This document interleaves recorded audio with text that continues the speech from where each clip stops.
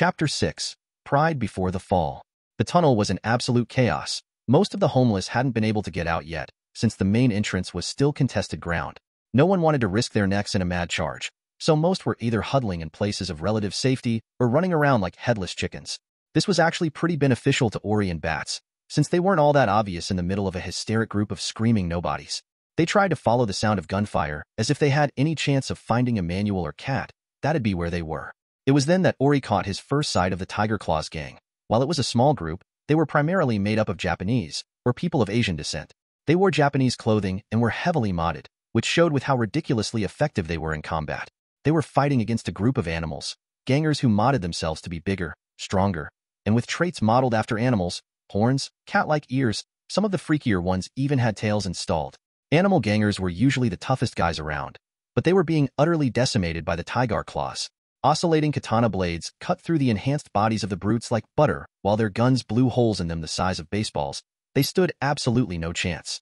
It wasn't just their weaponry that was advanced. The Tiger Claws were jumping around the place as if they weighed nothing at all, some even managing to crawl on the ceiling of the tunnel for a better vantage point on the enemy.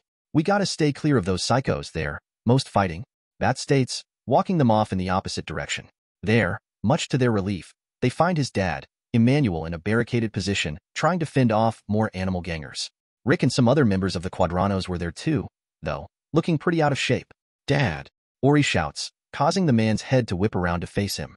Then, time slows down.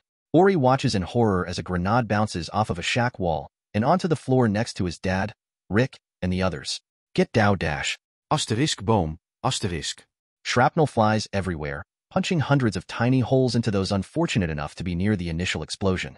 Emmanuel flies through the air, missing his leg, with blood pouring out of his many wounds. Rick died almost instantly, his body splattering and painting the area crimson. He hadn't even realized the threat, and his life had been snuffed out without his notice. "Dad!" Ori roars, throwing Bats off of him as he charges over. Or tries to. His legs lock in place, stopping him from going any further, causing him to tumble onto the floor. His dad's body had been launched a good distance away from the firefight, and the animals didn't seem concerned over him, leaving his bleeding body alone as they continue slaughtering the rest of the Quadranos. Ori had thought it was safe then, trying to push his body towards his dad. The man was still conscious somehow, his cybernetic eyes flickering as he crawled towards Ori and Bats, his blood still squirting from his missing leg. "Ori, just move. Move," he shouts, trying to force his body forward, completely ignoring the danger the animal gangers still presented. "Bats, do something." Bats looked like a deer caught in the headlights, frozen as he observed the scene. He takes a step forward to try and help Emmanuel but gets knocked over by some fleeing homeless. That wasn't the worst part, however. A group of beggars that had been living in Ksenia for weeks suddenly rushed over and kicked Emmanuel onto his back, one stabbing a knife into his eyes to try and pry the cybernetics out. Bats fished out the smart gun Ori had given him and tried to fire at them, only to take a crowbar to the back of his head, knocking him unconscious, his body falling beside Ori, who was still unable to move his limbs. "Stop, you fucking rats." Ori roars as the people his father had tried to look after tore him apart for his cyberware. They ripped the eyes out of his head, cut open his chest to steal his synthetic lungs, chopped his hands off for the smart links. They even cracked open his skull in search of anything they might have missed. Ori was useless, his body not functioning and forcing him to watch the rats dissect his father. It didn't take long for them to finish. Their work was hasty and probably damaged the components they were harvesting, likely because they were scared that the animal gangers would take notice of them. Once they were done, they turned their attention to Ori and Bats. While Ori himself had no real cyberware to speak of, Bats as a Ripper Doc did. Those cunts were almost salivating at the thought of it. "I'll kill you. I'll kill you all." Ori growls between gasped breaths, feeling as if his heart would give out from everything that had happened thus far. "What should we do with the kid?" one of them asks, looking to who was presumably their boss. Dirty, ragged clothing with dull metal cyberware visible across his collarbone. He held himself not like a bigger, but a gang leader. Ori knew him, Marv, a beggar, who'd managed to get him and his boys under the protection of his dad. Strip him like his pa. Heard he was completely Ganic, but might as well look, right? And the doc? "Do him first." Ripper's V always got the best sure dash. He starts, but is interrupted by one of his men rushing over. "Boss, animals are coming back." "What? Already? Shit. Grab everything and move out. Leave these two. The animals'll finish him off." Marv quickly orders before hurriedly leaving, carrying the box of cyberware they'd taken from Emmanuel. Ori sends wrathful glares at their backs as they leave, then turns his eyes to the stripped carcass of his father. Tears pooled beneath him. his rapid breaths suddenly cutting short as the blackness encroaches once again. Ép uk ing, zatesh. Is all he can get out before he passes out. Chapter 7. Regrets. Ori groans as his eyes flicker open, finding himself staring up at a dirty, cracked white ceiling. As soon as he gathers his thoughts, he leans over and vomits off of the side of the bed, memories of recent events filling his mind and throat with bile. He lets out a hoarse breath and slumps backwards back onto the bed, grabbing his eyes and bawling, unable to stop himself. An agonized shout leaves him as he cries even harder. Almost everyone he ever loved and knew was dead, taken from him by psychos who didn't give a single fuck about who they hurt, by people they were protecting. His dad, the look of hurt and betrayal on his face as those scavs tore him apart for parts was burned into his mind. The ignorant yet focused expression on Rick's face as the grenade blew him to pieces. His burning house, his sister missing, and it was all his fault. He'd even frozen up, unable to save his father from that grisly fate. It was too much to bear. H, he cries out again, angrily slamming his fist down on the metal frame of the bed. Holy shit. Oi. Kid, calm down. Bat's familiar voice exclaims as he runs into the room, grabbing his shoulder and shaking him to help him recover his senses. Ori continues this until he exhausts himself, breathing heavily and ignoring his now bloody hand as he looks at one of the last quadranos remaining. Bats. What happened? He forces back a pitiful sniffle that threatened to escape him, along with the looming question that had been haunting him ever since he'd awoken. Why were they still alive? Or to be more accurate, why aren't they dead yet? Bats just takes a seat on a stool next to the bed and rests his forehead on the metal railing of the bed. I don't know. By the time I woke up, we were just laying in ash alone. I dragged you here, but he sucks in a sniff and stifles the tears gathering in his eyes. I couldn't go back there. Oh, Ori, I'm sorry. He quietly mutters, choking up. Cut. Bats shakes his head. Didn't see her.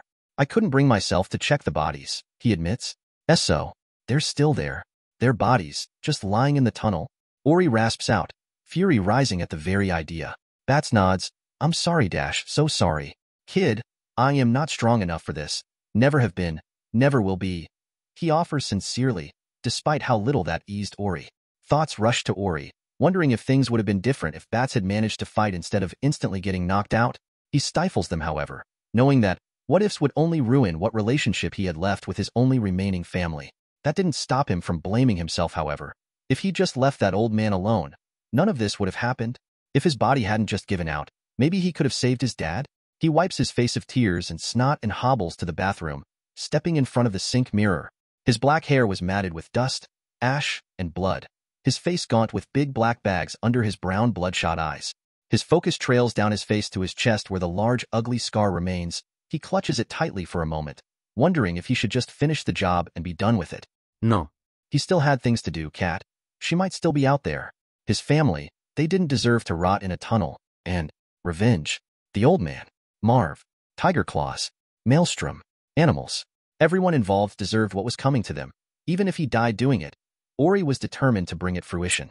As far as he was concerned, he died in the tunnel with the rest of his family. He spits the rest of the bile in his mouth into the sink before washing his face and stepping out of the bathroom. Bats was still sitting lifelessly on his stool, refusing to meet Ori's gaze. Where are we? An apartment near the Kabuki market. He looks up at him. There's something else, Ori. What? He growls, unable to stop himself. When I was operating on you to fix your ribs, I found something odd. Shit that shouldn't be there. He forces himself to his feet and grabs a laptop from the other room. Recognize this? He asks, opening it and showing a close-up of something. It looked like a bare-bones spider robot of some kind. It was composed of many metallic segments and looked like it could alter its form judging by the peculiar add-ons here and there. No. Why? He questions. Bats anxiously chews his lip. Because you've got billions of these things, at the least, in your blood, he states, causing Ori to still at the news. The Ripperdoc continues. They're mainly concentrated around your heart, that scar from what I can tell, but they're making their way up your spinal cord and into your cerebellum. By this time next week, they'll have infested your entire body. See, could these things manipulate my body? They're in my brain, so, could they? Take control of my limbs, for example? He quietly asks, heart thumping hard in his chest. Bats just gives a tired nod. Yeah, they could. Ori clutches his face and begins pacing. The SIGs, his arms, his legs. These fucking bots were the ones that had stopped him from saving his dad. Get them out of me, now, he growls. I'm sorry. I really am. But there's nothing I can do. He quietly says. He pulls something up and turns the laptop. These things, they're self-replicating. Even if we could isolate them, by the time we removed a part, they'd have recovered their numbers. Continue to do this, and they'd expend all your body's resources rebuilding themselves. Thud. The sound of Ori's fist meeting the wall causes Bats to flinch. He pulls his bloody fist back and glares at Bats. You're dash? Fucking useless, he mentally spits, before shaking his head. Gun. What? I said give me a fucking gun, he shouts in response, spittle flying from his mouth. Bats uncovers Ori's pillow, revealing a brand new Budget Arms slot-o-matic pistol. Kid, don't do something stupid. We're all that's left. Ori just shakes his head, grabs one of Bat's jackets and storms out, ignoring the man's pleas to stop.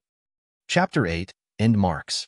Ori reaches the outskirts of the DTR shipping factory, the burnt wreckage of gang vehicles littering the place, along with corpses that were already in the process of getting devoured by rats and cockroaches. A few homeless people lingered around, some scavenging while others simply just wanted to take one last look at their home before moving on. Ori ignores them, marching through the entrance, over the corpses, and towards where he'd lost consciousness. There, he found them, his family, what was left of his father and Rick, his cousins, even those who'd been adopted into the clan. He grabs a sturdy piece of metal and begins the laborious process of digging graves. Hey, isn't that dash? One person starts but their friend stops them. Leave it, kid's been through enough. Doesn't need us gawking at him, especially now. It takes 2 whole days to finish everything, digging graves, gathering what was left of their corpses, and finding adequate trinkets of theirs so he could abide by Quadrano tradition. He hadn't spoken a single word to anyone, merely pointing his gun at them if they got too close to him or his project. Thankfully or not, he hadn't found Kat's body anywhere in the tunnel, hopefully meaning she was still alive somewhere. Problem with that though is the fact that there were worse fates than death. He swallows the last of the flavorless protein bar and pockets the wrapper as he looks down at the line of graves, all marked solid pieces of metal or stone with their respective names inscribed on them. He tosses away the metal he'd been digging with and sits on the ground before them, just blankly staring, idly fiddling with the gun in his hand. Dad. Everyone. He starts, trying to force out some words to commemorate the lives they lived, to honor the sacrifices they made for the betterment of everyone, to help those who needed it, but nothing came out. Anything positive he might have said was soured to him. Everything they worked towards ended in ashes. The people they gave homes to and protected had already forgotten about them, looting what was left and moving on to some other slum. You each devoted your lives to each other, held strangers close and family closer. You dedicated everything to what you thought right, held firm to your beliefs. That's all that mattered in the end. He stifles a sniffle, his eyes dry, already bled out of tears.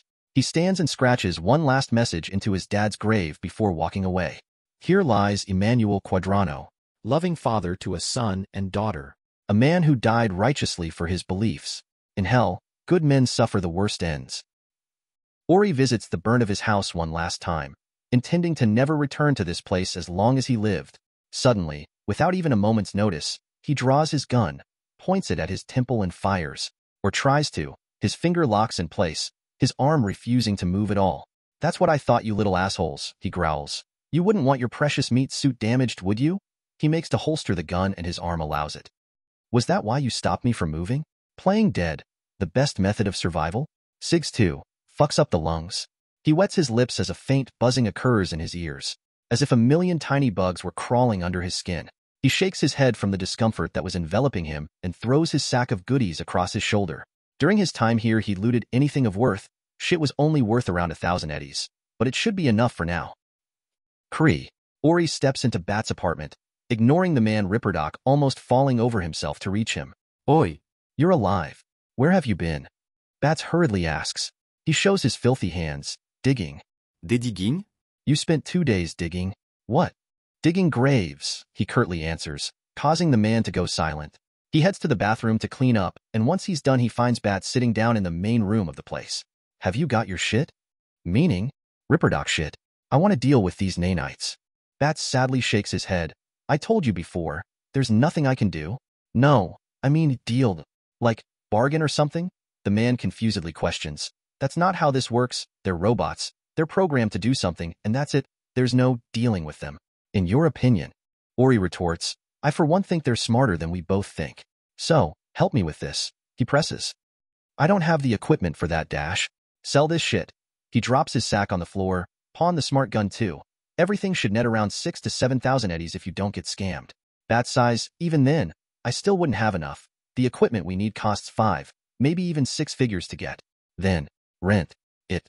Ori spits. Feels like you aren't even trying to help me, Bats. Have you even done anything since I left 2 days ago? Have you even started the search for Cat? He grouses. The man goes silent, looking at the floor despairingly.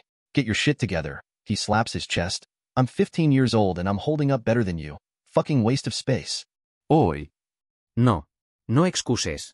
What did you say last time? We're the only ones left? If you really believe that, you wouldn't make yourself my burden. Now, I'm going to find Cat, and you're going to do as you're told. Understand? He loudly questions. Yeah, I got it. He despondently responds. Ori eyes him for a couple more moments before eventually relenting. He wasn't his babysitter. It was him. He should have been the more responsible one out of them anyway. You handle that. I need to go out. Again? Bats perks up and raises his head. Ori nods. We're alone here, and I can only think of a few people who might help. I'm gonna go visit the Mox. Chapter 9. Mox. Lizzie's bar, the main base for the Moxes, wasn't all that far from the Kabuki market, and only took 30 minutes of walking to get there. The former brothel had become a braindance club after the Tiger Claws had brutally murdered its owner.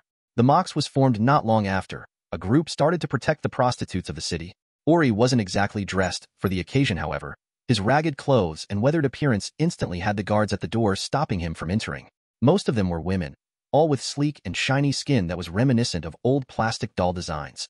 Strange as it was, it also served to act as armor, far tougher than ordinary organic material. A short woman with skimpy clothing, brightly colored hair, and a nailed baseball bat held over his shoulder steps in front of him to block his path. Hold up there. Place ain't a charity, so unless you got the eddies to spend, you're better off elsewhere, she firmly states. I've got biz with Q. Ori responds. The Quadranos had actually been quite close with the Mox. Since their intentions aligned in some ways, it wasn't strange to see either group cooperating with one another. Ori was actually kind of pissed that the Mox hadn't lifted a hand while Ksenia got shot up. 3 gangs were there if you didn't include the Scavs, yet not a single Mox. The guard sniffs at him, taking a once over at his sorry appearance. What biz does Susie have with a kid like you? Ask her later and find out. Whatever. I'll look forward to dragging your ass out. She relents, allowing him to step inside. Despite it being near midday, the club was already quite busy, lights flashing and music booming. Men and women sat around the place, drooling as they enjoyed their respective braindances and pornographic virtual realities. He makes his way to the bar and takes a seat, waiting for the barman to finish serving some other customers. What can I getcha? He asks as he steps over, idly cleaning a glass. I need to talk with Susie. She busy? Probably. Who's a skin? Ori Cadrano, Emmanuel Esson. Imans? He never spoke of you. The man asks, surprised. Yeah, well, like it matters anymore, he's dead. Ori grouses at his dad's nickname, which is what I need to talk to Susie about. You have my sympathies, kid, but if you're here to ask for help, I doubt the boss is gonna care. Ori shrugs. We'll see when I ask her. The barman just sighs. I've sent her a text. She'll be here when she can. He slides a drink in front of him. On the house for your dad? Ori just huffs humorously in response. Looks like his dad's life was worth at least 1 drink. Shaking his head, he steeples his fingers and glances over his shoulder, noting a group of Mox in the corner, all wearing BD headsets. Judging by the serious expressions under them, they weren't getting their rocks off. Probably military sims, if he had to guess by the preem guns sitting next to them. He lets out a sigh and rests his forehead on his hands. Despite having 2 days to himself alone, his head was still a mess, as if barbed wire had been wrapped around every thought and memory, poking him whenever he broached them. Thunk. The double doors of the back rooms slam open as 2 figures step out, one pursuing the other. I mean it, Q, we can't lose ourselves on this. Asking for protection money, refusing to help those outside our territory. Just yesterday, I got a BD of 2 guys abusing one of our own. Casey just snatched her right off of the street. A heavily tatted up woman with blue and purple hair exasperatedly states. And? What do you want me to do about it? We're barely holding on as it is, and you want to start another war? We fuck up now and we'll help nobody. Susie Q retorts, her heavily modded body drawing Ori's attention, though her large assets appear to be catching everyone else's eyes. I'm just a skin. We do what the Mox was founded for in the first place. Susie turns to face the arguing woman. Protect the people who can't protect themselves. Enough. We have this same fucking argument day in and day out. You want to get in trouble on your own, go ahead, but don't drag the rest of us with you. Susie states before turning to Ori and sitting herself down next to him. Vodka, hit me, she orders the barman. Now, what do you want, kid? She asks, turning to Ori. I want help, and you're the only person I could think to ask. He's Iman's kid, apparently. The barman adds while sliding her drink in front of her. Iman? Can't you just ask your old man if you want some pocket money? She sarcastically drawls. I would if he wasn't 5 feet in the ground. Would have thought you'd have heard the war that went on over at Ksinia 2 days ago. Gunfire should have reached here. Had maelstrom, animals, and tiger claws shooting the place up. He explains, quickly catching her attention. That lot? The fuck would they want there? She wonders aloud while sipping her drink. I know maelstrom had been both there and you, but animals and tiger claws? Who did your dad piss off? Don't know. All I know is the mocks weren't anywhere around, despite it being barely out of Kabuki. Ori retorts, eyeing the woman. Ah, I get it. You want to guilt-trip me into helping your sorry ass. Well, newsflash kid, I don't owe you shit, she declares, so unless you've got something to offer, we're done here. I've got nothing but myself, I'll join your gang, or whatever you want. I just need your help finding my sister. Those fuckers kidnapped her, and I'm getting her back no matter what it takes. He asserts, leaning toward her with his hands planted on the bar. She waves him off dismissively. I don't need your skinny ass in the mocks. I'm sorry for your sis, but we've got other, bigger problems to deal with. Just get it through your head that she's gone, and your luck in finding her is 1,000,000 to 1. Unless you think you can take down the 3 gangs who might have her solo? He lowers his head slightly, pride irrelevant at this point. Please, I'll do anything. Just help me out here. Please. She's all I got left. Susie's eyes soften momentarily, before hardening as she gets to her feet. Sorry, can't help you, kid, she states as she enters the back rooms of the club, leaving Ori in a whirlpool of despair. Chapter 10. Paths.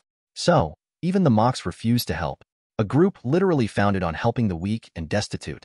Ori stares into his untouched drink and lets out a helpless chuckle. He had no idea where to go now. What to do? There was the idea of joining one of the 3 gangs undercover, but if Cat wasn't being held by them, then he'd be back at square one. Only then he'd have an entire gang wanting his head. And it was all his fault. Maybe he should just sell his body to scavs and have bats take it from there. He jolts and almost falls out of his chair when someone drops in the seat next to him. The same woman from earlier who'd been arguing with Susie. Judy Alvarez. Overheard your conversation with Susie, she states, leaning on her elbow while eyeing him. And? She said no. Unless you can use convince her to help me out instead? Judy shakes her head. No, I don't have that kind of pull. I can help you out myself, though, if you want. Ori crooks a brow at her. Don't take this the wrong way, but you don't look like the sort of person I need help from. He nods his head at the corner to where the heavily armed mocks were using their BDs. They're the sort I was hoping for. I might not be a fighter, but I'm one of the only mocks who knows her way around tech. She gestures haphazardly behind her. I'm the one who fixed up all these BDs, made them worth the price, and without the risk of scrambling your brain if your specs don't line up right. Punks with guns ain't gonna be the ones to find your sis. What's the catch then? Ori asks, knowing well that nothing comes free. I scratch your back, you scratch mine kind of deal. We handle your stuff first, then I can get your help for mine. Sound good? She offers. He nods, too good to be true, to be honest. He admits, despite that though that wasn't really any reason to refuse. At worst, she'd stab him in the back, but that'd only come after he'd rescued Cat, which would be an acceptable trade all things considered. Ideas on the way forward then? I've got nothing, to be frank. Before we can get started on anything, I need to know your shtick. Got any skills worth mentioning? Why? Because, even if we find your sis, we'll still need to rescue her. If you're not a fighter, then we'll need to hire someone to do it, which means lots of eddies, she explains. Ori threads his hand through his hair. Nah, I know a bit about everything, but I'm a pro at nothing. Think scavenging for parts in the junkyard'll be enough?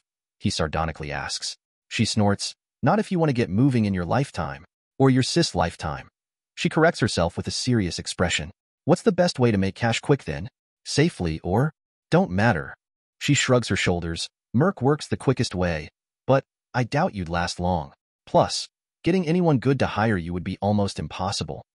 Merc work? That was something Ori had never really considered. His dad had always spoken poorly about them. Cyberpunks, edgerunners, mercs, different names for the same occupation, said they were either chromed out of their minds and on the verge of going psycho, or so in over their heads that they'd not be able to tell if they were driving towards a cliff or candy shop. Not that what his dad thought mattered anymore. He was dead. His advice useless.